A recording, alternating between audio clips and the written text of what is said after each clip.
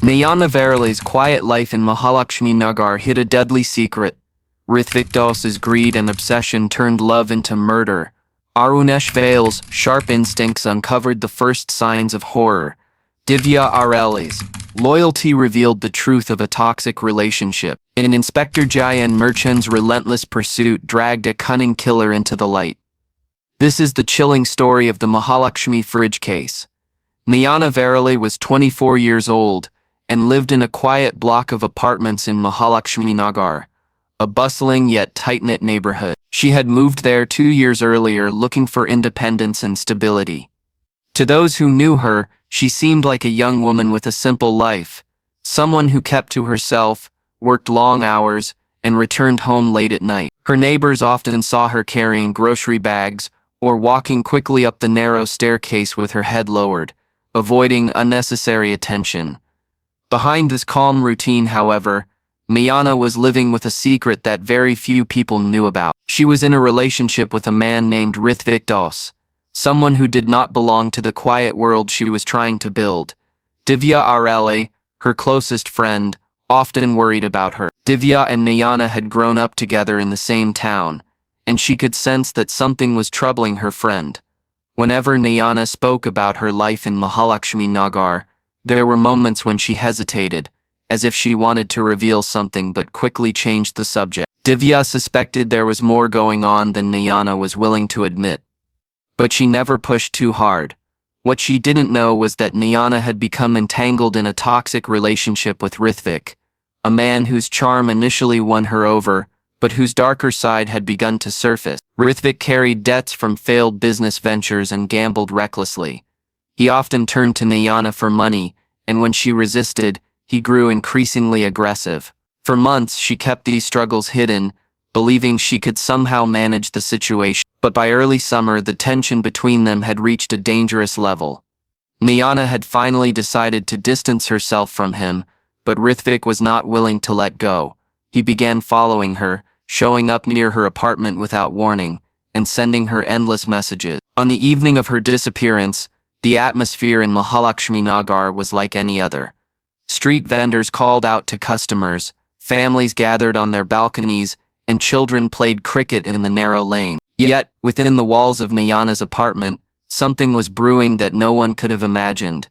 The last confirmed sighting of her was by Arunesh Vale, her neighbor, who noticed her unlocking her door around 9 in the evening. She looked tense, carrying a small bag and moving quickly as though she didn't want anyone to notice her.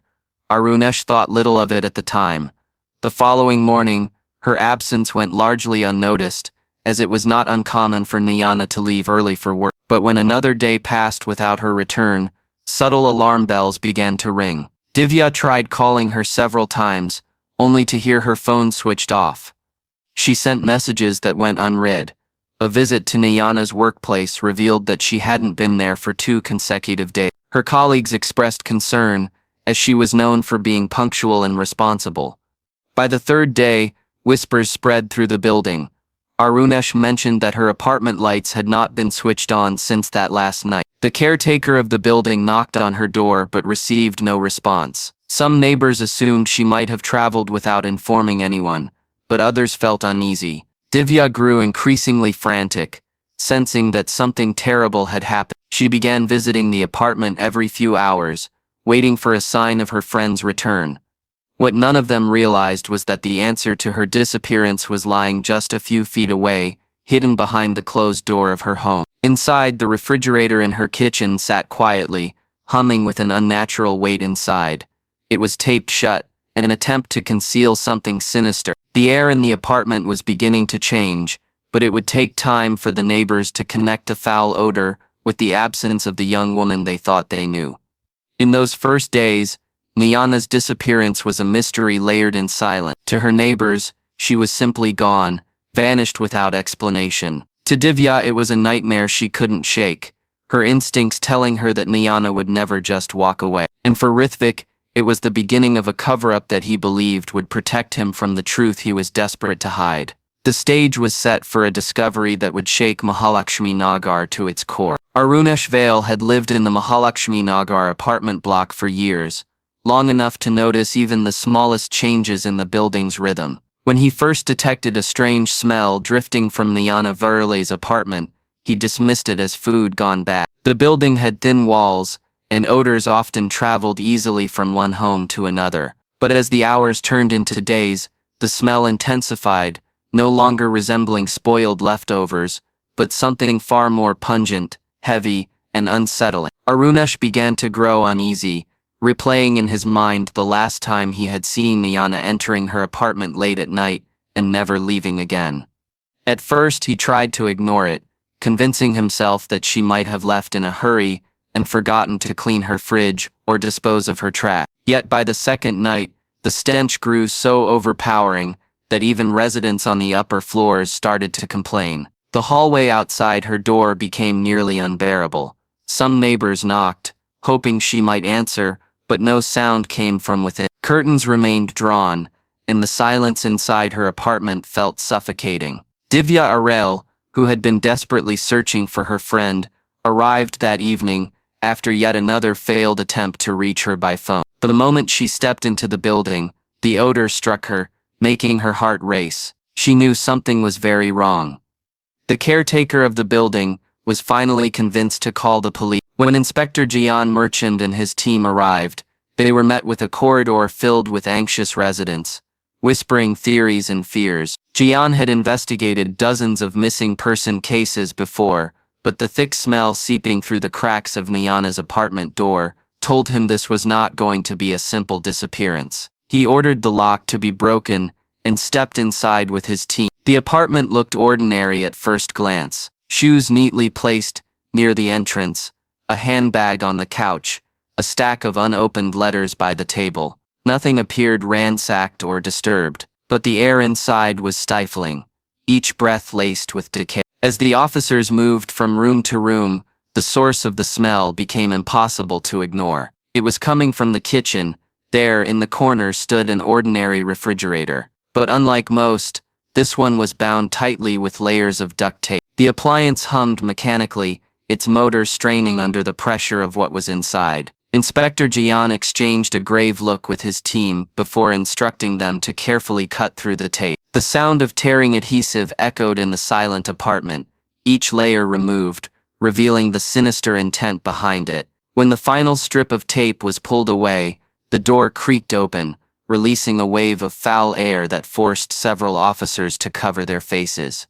Inside was Nayana Verle. Her body had been forced into the small space, folded unnaturally, her features barely recognizable. The sight sent a shiver through even the most seasoned officers. For Jayan, the case instantly shifted from a missing person search to a homicide investigation. The refrigerator, once a common household item, had become a coffin, and the cruelty of it was almost too much to process.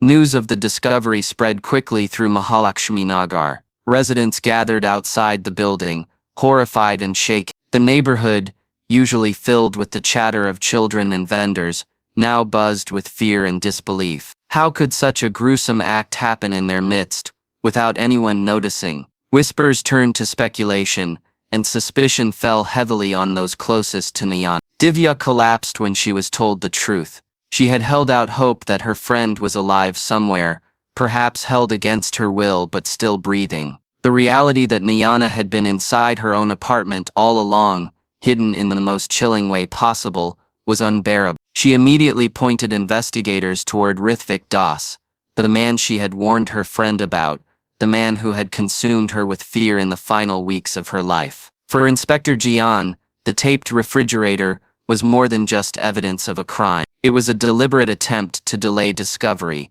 a calculated move by someone who believed they could outsmart time and suspicion. Whoever had done this hadn't acted in blind panic, but had taken steps to conceal the body with precision. That level of control suggested a plan, not an accident. As he looked at the duct tape still clinging to the edges of the fridge, Jayan knew he was dealing with someone capable of both cruelty and cunning. The Mahalakshmi Fridge Case had officially begun, and it would soon expose the hidden darkness that had been festering behind Nayana Verle's quiet life. The investigation into Nayana Verle's death began with an intense focus on her private life. Inspector Jayan Mirchand and his team worked through the night, combing through her apartment for clues. They cataloged every item, from receipts and letters to her phone and laptop, hoping to reconstruct the final days leading to her murder. Nothing about the crime scene suggested robbery. Her valuables were still present, her home was not ransacked, and there were no signs of forced entry. Whoever had entered her apartment that night had been someone she trusted, someone she willingly let inside. That fact alone narrowed the possibilities and guided suspicion toward her personal relationships. The first breakthrough came when Jayan spoke with Divya Arelle. Through tears and trembling words, she revealed the truth about Nayana's secret relationship with Rithvik Doss. Divya explained how Nayana had grown increasingly withdrawn, her once bright demeanor shadowed by fear and anxiety. She confessed that Nayana had admitted to being pressured for money and hinted at violent arguments, though she had never shared the full extent. Divya's account painted a picture of a young woman trapped in a relationship that had turned dangerous, and for Jayan, Rithvik immediately became the primary suspect. The investigators began pulling records. Nayana's phone contained dozens of unanswered calls and messages from Rithvik in the days before her death. The tone of the messages grew progressively aggressive, demanding that she meet him and provide money. But the most chilling detail came from the call logs. On the night she was last seen alive, Rithvik had attempted to contact her more than 15 times within 2 hours. His desperation was clear, and the timing placed him directly in the center of suspicion. Further digging uncovered CCTV footage from a store not far from Nayana's apartment. On the night of her disappearance, Rithvik had been caught on camera purchasing duct tape, bleach, and disposable gloves. The timestamp aligned closely with the estimated time of her death. This discovery unsettled even the officers, for it revealed that the steps taken to conceal her body were not improvised, but planned in advance. The taped refrigerator was not the result of panic, but of deliberate preparation.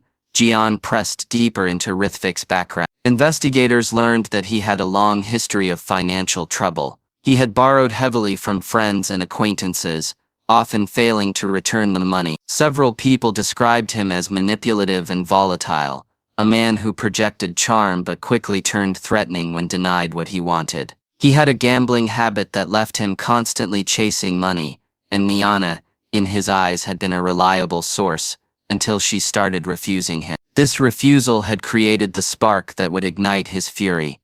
Still, there was no direct evidence placing him in the apartment on the night of the murder. The forensic team worked carefully, collecting fingerprints, hair strands, and fabric fibers from the fridge and surrounding area. Preliminary analysis indicated multiple partial prints belonging to a man, but they needed confirmation. When samples from Rithvik's possessions were compared, the results gave investigators what they needed.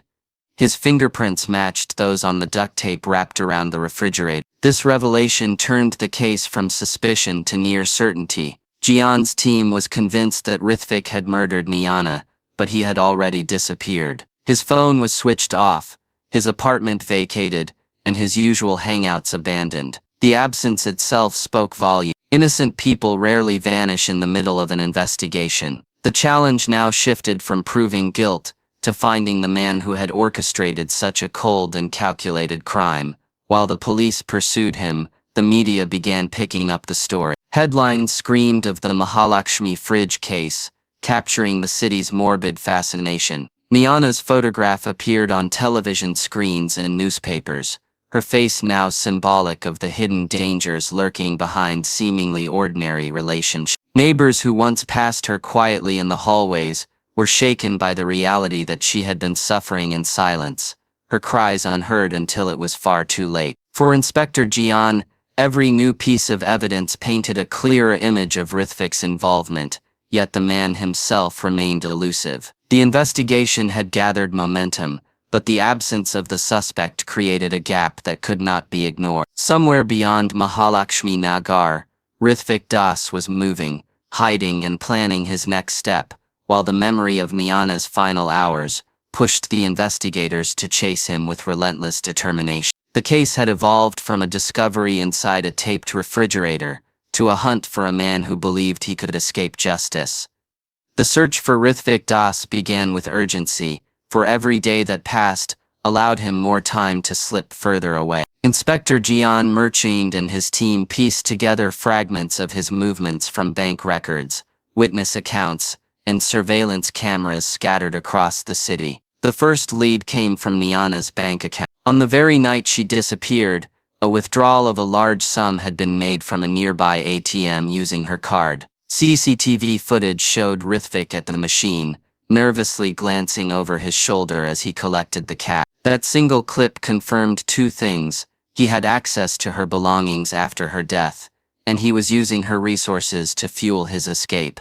From there, his trail twisted across the city. Witnesses reported seeing him at a bus terminal, where he purchased a one-way ticket to another town. A tea stall vendor recalled serving him late at night, describing him as restless, constantly checking his phone and muttering under his breath. Each sighting painted a picture of a man on the run, paranoid yet determined to stay ahead of those chasing him. What struck Jayan most was not just Rithvik's attempt to vanish, but the calculated steps he took along the way. He avoided using his own identification, traveled at odd hours, and frequently switched vehicles to shake off suspicion. The turning point in the hunt came through an unexpected source. A taxi driver in a neighboring city contacted the police after recognizing Rithvik's photo on a news channel. He recalled picking up a passenger who matched the description, a man who seemed anxious and carried two heavy. The driver mentioned how the man asked endless questions about nearby train stations and cheap lodges. Most importantly, he revealed that the passenger had left one of the bags behind in a hurry when he exited the cab. Inside, investigators found Nayana's jewelry, documents bearing her name, and receipts of recent purchases, made under false details. This discovery not only tied Rithvik directly to her, but also proved he had been attempting to profit from her possessions even after her death. With this evidence in hand, the net around him tightened. Jayan's team circulated his description across multiple districts, setting up alerts at bus stations, railway platforms, and budget hotels, where a fugitive might seek shelter. Yet Rithvik remained slippery, narrowly avoiding capture at least twice. In one instance, he had checked out of a lodge just hours before the police arrived. In another, he was spotted boarding a train but disappeared among the crowd before officers could reach him. These near misses only deepened the frustration of the investigation, but also highlighted how desperate and reckless he had become. Meanwhile, media coverage of the Mahalakshmi Fridge case grew more intense. Every new lead was reported, every rumor magnified. Rithvik's photograph was plastered across newspapers and television screens, turning him into one of the most wanted men in the region. The public followed the story with morbid fascination, their fear heightened by the idea that a man capable of such cruelty was still free, moving invisibly among them. Tips began flooding in, though many proved to be false alarm. Each call had to be checked, each whisper pursued, stretching the resources of the investigation team thin. As the days passed, the psychological weight of the chase bore down on G. The case was no longer about evidence alone, but about outsmarting a man who believed he could manipulate time and distance to his advantage. Rithvik's behavior suggested that he was not only running from the police, but also clinging to the illusion that he could rebuild his life elsewhere, as if erasing Mahalakshmi Nagar from his past. But Jayan knew that fugitives often made mistakes when fear consumed them. It was only a matter of waiting for the slip that would expose him. That moment came when another informant from a rural town reported a suspicious guest at a remote lodge. The description was unmistakable: a thin man with unkempt hair, wearing the same clothes he had been spotted in days earlier. He had checked in under a false name, paid in cash, and avoided speaking to anyone. The lodgekeeper noted that he spent hours locked inside his room, emerging only at night to purchase food. His behavior raised enough concern for the locals to alert authorities. For Inspector Jayan, this was the lead they had been waiting for. Quietly, his team prepared to move in, surrounding the lodge before dawn. The air was thick with anticipation, every officer aware that the man inside was the key to unraveling the truth of Nayana Verle's death. Rithvik had run far, but his trail of desperation had finally betrayed him. The hunt that began with the discovery of a taped refrigerator was about to end in a room far from Mahalakshmi Nagar, where the fugitive believed he could hide from the weight of his crime. The dawn raid on the remote lodge was swift.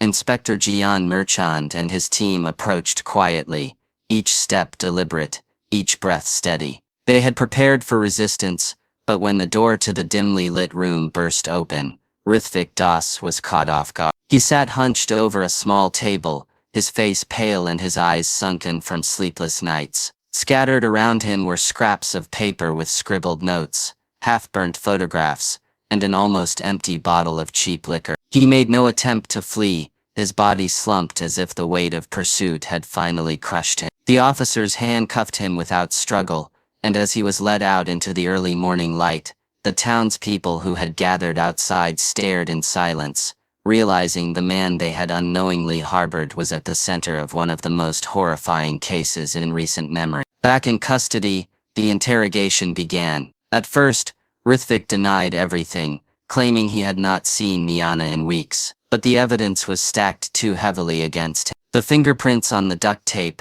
the CCTV footage of him purchasing cleaning supplies, the stolen jewelry found in his bag, all of it pointed to his guilt. When confronted with these details, his composure began to crack. He shifted between silence and angry outbursts, but eventually his defenses collapsed. What spilled out was a confession laced with both arrogance and self-pity. He admitted that on the night of the murder, he had gone to Nayana's apartment demanding money. She had refused him yet again, telling him that she would no longer support his habits or be part of his life. That rejection, he claimed, had pushed him into a rage. In his version, he struck her impulsively, but the evidence suggested otherwise. Investigators believed the crime had been planned well in advance. The purchase of duct tape and bleach was not the action of someone who lost control in a single moment. It was the preparation of a man who knew he intended to silence her and cover his tracks. Rithvik described how, in panic, he tried to figure out where to hide her body. The refrigerator became his answer, a grotesque attempt to delay discovery. He taped it shut, believing it would mask the smell and buy him enough time to escape. He had not expected the odor to spread so quickly, nor for the police to act so decisively once alerted. His plan unraveled within days, his arrogance exposed as nothing more than flawed calculation. What shocked investigators most was not the crime itself, but the coldness with which he spoke of it. He showed little remorse, focusing instead on how his own life had been ruined, how he had been forced into a corner. It became clear that his relationship with Nayana had never been about love but about control and exploitation. She had become a source of money, and when she cut that line, he treated her life as disposable. The trial that followed captured the attention of the entire city. Every hearing was packed with spectators, journalists and grieving neighbors. Nayana's photograph appeared on the courtroom walls and in every news article, a reminder of the vibrant young woman whose life had been stolen. Divya Arelle sat through the proceedings, her grief mingling with determination, as she listened to every detail, unwilling to let her friend's memory be reduced to evidence and testimony. The prosecution presented a strong case, using the forensic evidence, bank records, and confession to dismantle any claim of innocence. The defense attempted to argue that the act had been one of sudden anger, not premeditation, but the timeline of Rithvik's actions proved otherwise. His purchase of supplies, his withdrawal of money, and his calculated attempts to disappear revealed intent long before the fatal night. When the verdict was finally read, the courtroom held its breath. Rithvik Doss was found guilty of murder and sentenced to life imprisonment without the possibility of parole. The decision brought a wave of relief, but also left an emptiness. Justice had been served, yet it could not bring Nayana back. Her absence lingered like a shadow in Mahalakshmi Nagar, where her neighbors still remembered the quiet young woman who passed them on staircases, unaware of the storm she was hiding from. The Mahalakshmi Fridge Case became more than a headline. It was a story told with hushed voices in homes and schools, a reminder of how easily trust can be broken and how danger can grow in silence. For Inspector Jayan, the case closed with a mixture of pride and sorrow. He had delivered justice, but the image of that taped refrigerator would never leave him. For Divya, the outcome was bittersweet. She had fought to make sure Nayana's voice was heard, but no sentence could erase the pain of losing her friend in such a brutal way. In the end, the case stood as one of the most chilling crimes in the city's history, a testament to how love twisted into obsession can lead to betrayal, cruelty, and tragedy. The memory of Nayana Verle endured, not as a victim hidden away in silence, but as a symbol of resilience and the pursuit of truth in the face of dark.